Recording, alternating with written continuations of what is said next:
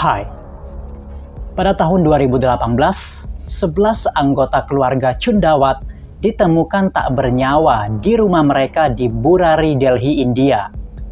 Tak ada tanda-tanda dan bukti yang mengarah kepada perampokan, kejahatan, atau tindak pidana kriminal. Berita ini mengguncang bukan hanya India, tapi seluruh dunia. Apa yang sebenarnya terjadi? Apakah ini ritual? Apakah ada campur tangan pihak luar? Atau sesuatu yang lebih kompleks, seperti tekanan psikologis yang tidak disadari? Di video ini, kita akan membahas fakta lengkap, investigasi polisi, bukti dan catatan harian, analisis psikologi, dan yang paling penting, pelajaran yang bisa kita ambil tentang kesehatan mental dan dinamika keluarga. Sebelum mulai, saya ingatkan, kasus ini melibatkan korban nyata. Tidak ada glorifikasi, tidak ada sensasi. Tujuan kita adalah memahami, bukan mengeksploitasi. Mari kita mulai perjalanan kita bersama Black Corner. Stabilkan posisi kalian.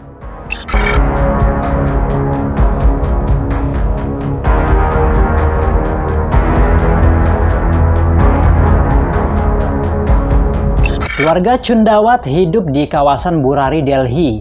Dikenal ramah, bekerja keras, dan punya usaha toko bahan bangunan. Mereka dekat dengan tetangga. Tidak ada tanda-tanda konflik serius yang menarik dari luar. Keluarga ini terlihat normal, tapi kadang kehidupan paling rapi justru menyimpan kisah yang tidak terlihat. Salah satu figur penting dalam keluarga adalah Lalit, anak laki-laki yang dikenal pendiam, disiplin, dan tekun bekerja. Namun setelah kecelakaan dan kehilangan ayahnya, saksi mengatakan kepribadiannya berubah. Beberapa tetangga bahkan mengingat Lalit sering berbicara tentang pesan spiritual dari mendiang ayahnya. Apakah ini hanya bentuk coping mechanism atau awal dari sesuatu yang jauh lebih kompleks?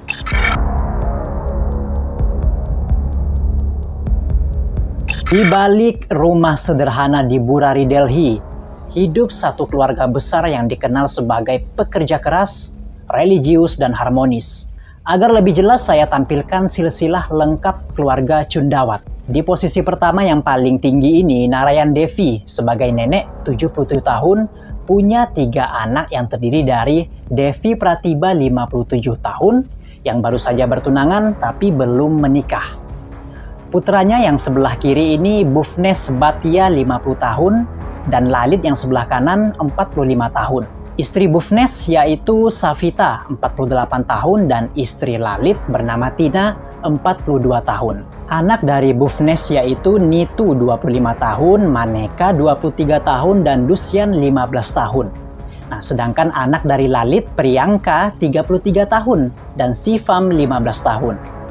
Sebagai informasi di awal, dari semua nama-nama yang telah saya sebutkan yang totalnya ada 11 orang, semua ditemukan dalam keadaan tidak bernyawa. Kita kembali dahulu ke latar belakang keluarga Chundawat.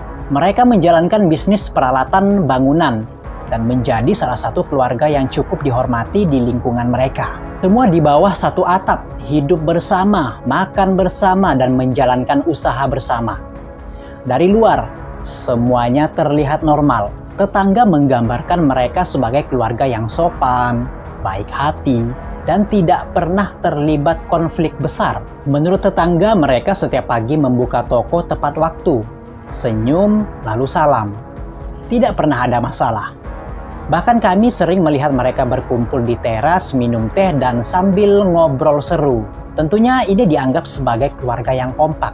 Namun seperti pepatah, kadang keluarga yang tampak paling tenang justru menyimpan badai yang tak terlihat. Salah satu tokoh kunci dalam cerita ini adalah Lalit Chundawat, anak laki bungsu.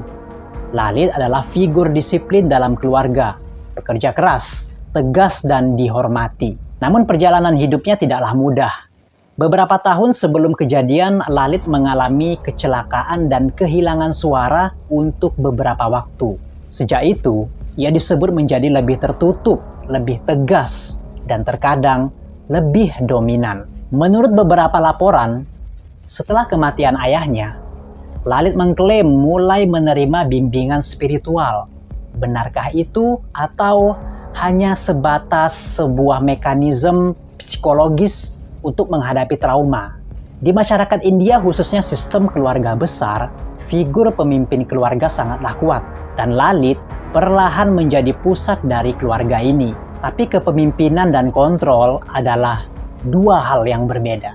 Dalam keluarga yang sangat dekat, terutama setelah trauma bersama, banyak dinamika yang bisa terjadi, termasuk ketergantungan emosional dan bahkan kondisi psikologis bersama.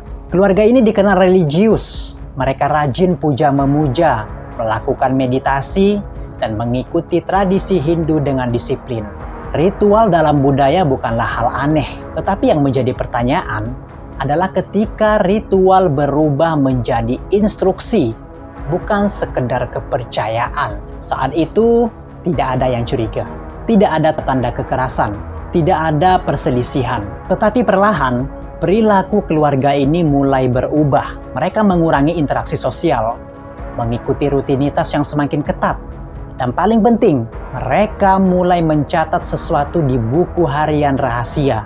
Catatan yang kelak menjadi kunci dari misteri ini, dan semua itu baru diketahui setelah tanggal 1 Juli 2018. Apa yang sebenarnya ditemukan di rumah itu, dan bagaimana semuanya terungkap?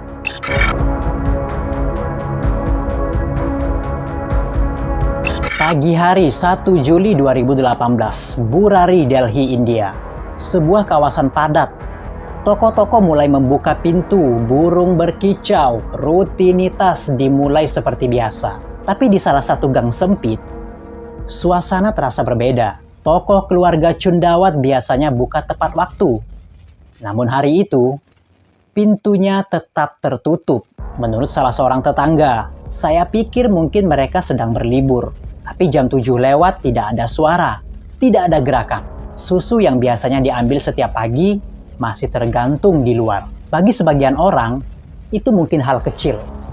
Tapi bagi tetangga yang sudah tahun melihat rutinitas mereka, itu tanda yang tidak biasa. Salah satu kerabat datang untuk memeriksa kondisi keluarga. Pintu rumah tidak terkunci.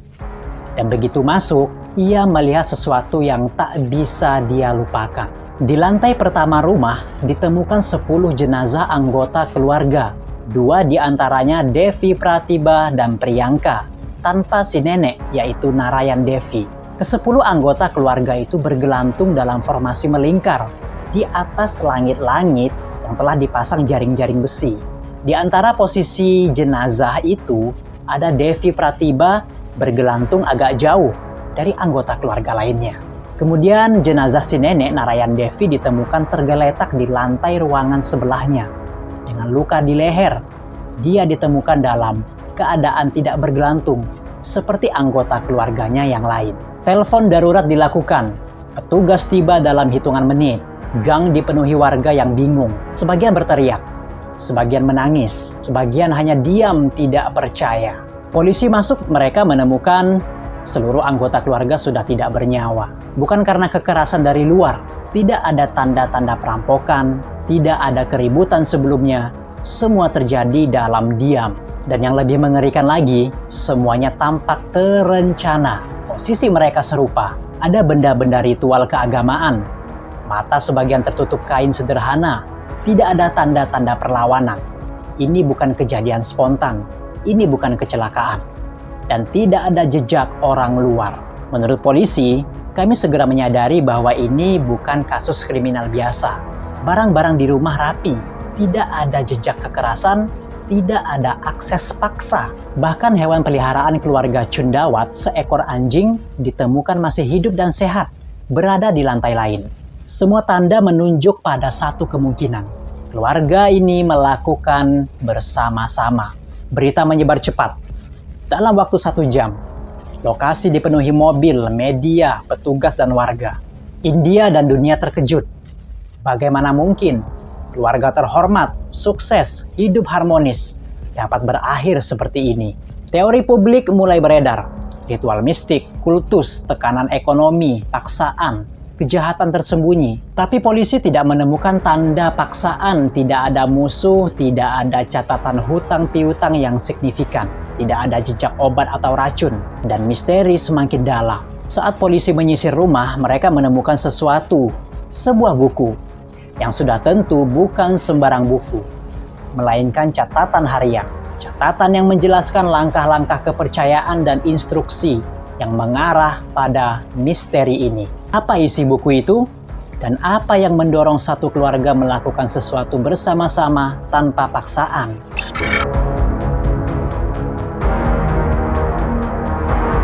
Setelah penemuan mengejutkan di rumah keluarga Cundawat, polisi memulai pencarian jawaban. Tidak ada tanda perlawanan, tidak ada paksaan, tidak ada musuh. Jadi apa yang membawa satu keluarga menuju keputusan bersama yang tragis ini?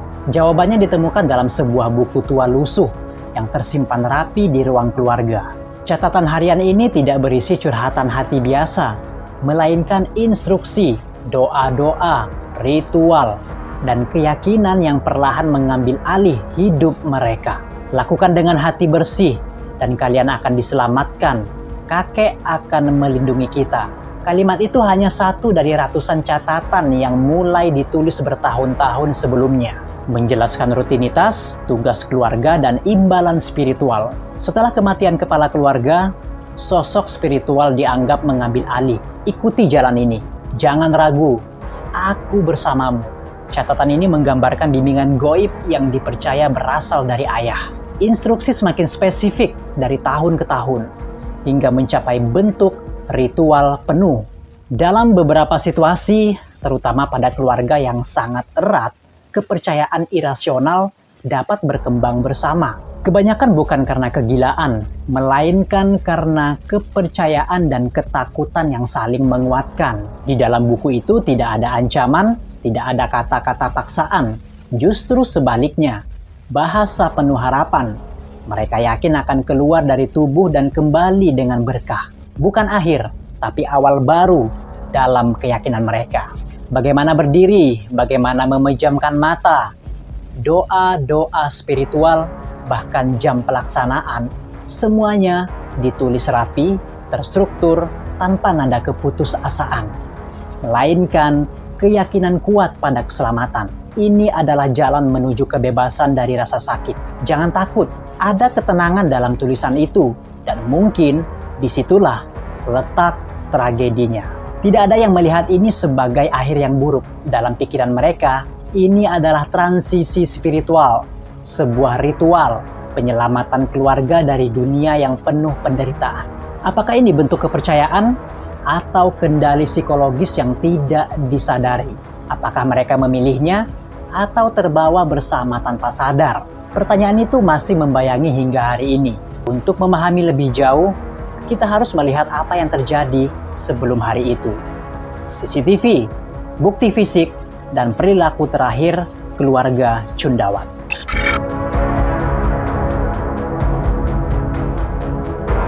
Kita sudah melihat kepercayaan, catatan, rahasia, dan dinamika batin keluarga Cundawat. Tapi sekarang, saatnya kita melihat fakta visual. Sesuatu yang tidak bisa disangkal. Rekaman CCTV. Gerakan terakhir mereka tanpa paksaan, tanpa ketakutan terlihat. Justru ketenangan. Dan itu justru yang paling menakutkan. Beberapa hari sebelum kejadian, kamera keamanan di sekitar rumah menangkap aktivitas keluarga Cundawat. Tidak ada tamu mencurigakan, tidak ada ancaman dari luar, tidak ada tanda panik. Yang ada adalah persiapan. Mereka keluar masuk rumah membawa tali, kayu, kain, barang-barang sehari-hari yang tidak akan menarik perhatian siapapun. Belanja, membayar, pulang, tersenyum pada tetangga. Hanya itu saja. Menurut tetangga mereka, keluarga mereka terlihat biasa saja. Bahkan sempat bercanda, tidak ada tanda apa-apa. Polisi kemudian menganalisis CCTV dengan sangat detail, dan pola pun muncul. Barang dibeli secara bertahap, bukan sekaligus. Tidak ada ekspresi takut. Semua terlihat kolektif dan terencana. Ini bukan tindakan impulsif, bukan panik. Ini adalah keyakinan. Dalam dunia psikologi, Ada fenomena langka yang disebut shared psychotic disorder atau lebih dikenal sebagai folie à famille, yang artinya halusinasi keyakinan bersama di dalam kelompok keluarga. Bukan karena lemah, bukan karena bodoh, tapi karena kepercayaan emosional saling mengikat. Mereka pulang pada malam itu, lampu rumah dimatikan satu persatu, dan kehidupan di rumah itu memasuki senyap terakhirnya. Tidak ada teriakan, tidak ada keributan, hanya kesunyian. Kesunyian yang menyimpan rencana akhir. Dan ketika matahari terbit, kita semua tahu apa yang telah ditemukan.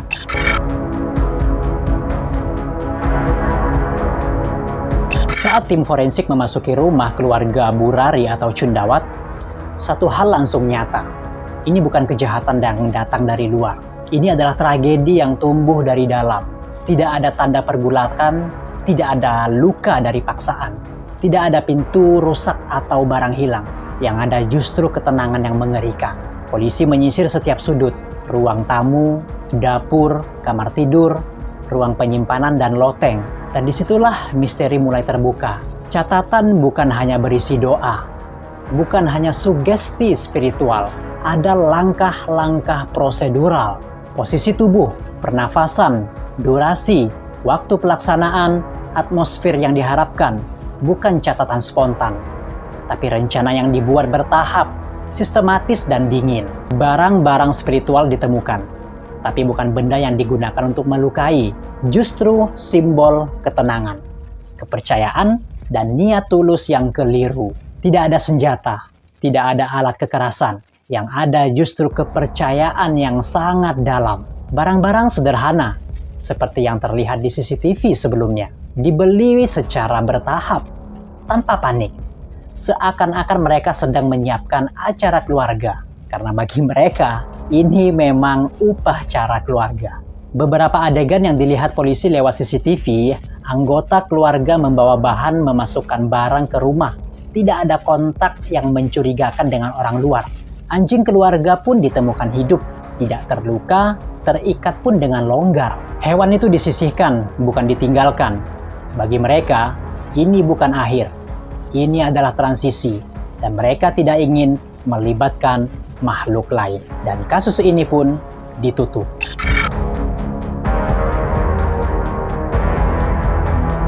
Banyak orang bertanya-tanya bagaimana mungkin satu keluarga bisa mengikuti satu pemikiran tanpa satu pun melawan.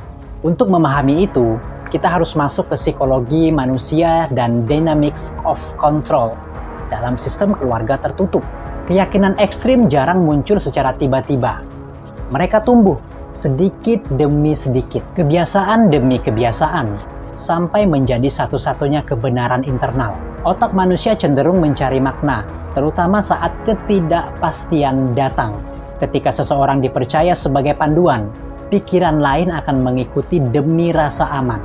Ketika keluarga hanya mendengarkan suara dari dalam, dunia luar jadi ancaman. Hanya kita yang benar, yang lain tidak mengerti.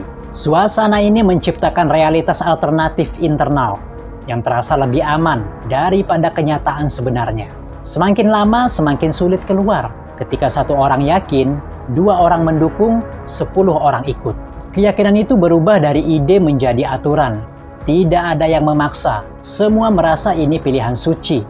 Dan itulah yang membuatnya tragis. Di akhir perjalanan ini, kita bukan hanya melihat sebuah tragedi. Kita melihat betapa rapuhnya manusia, betapa kuatnya ikatan keluarga, dan betapa rentannya pikiran ketika berjalan sendirian dalam keyakinan yang tidak diuji. Kasus ini sering dipanggil menakutkan, seram, misterius. Tapi jika kita benar-benar melihat, ini bukan kisah tentang monster. Ini kisah tentang manusia. Manusia yang mencari jawaban. Manusia yang ingin percaya ada panduan. Manusia yang ingin melindungi keluarganya, meski jalannya salah. Dan itu menjadi jauh lebih menyayat daripada cerita horor manapun.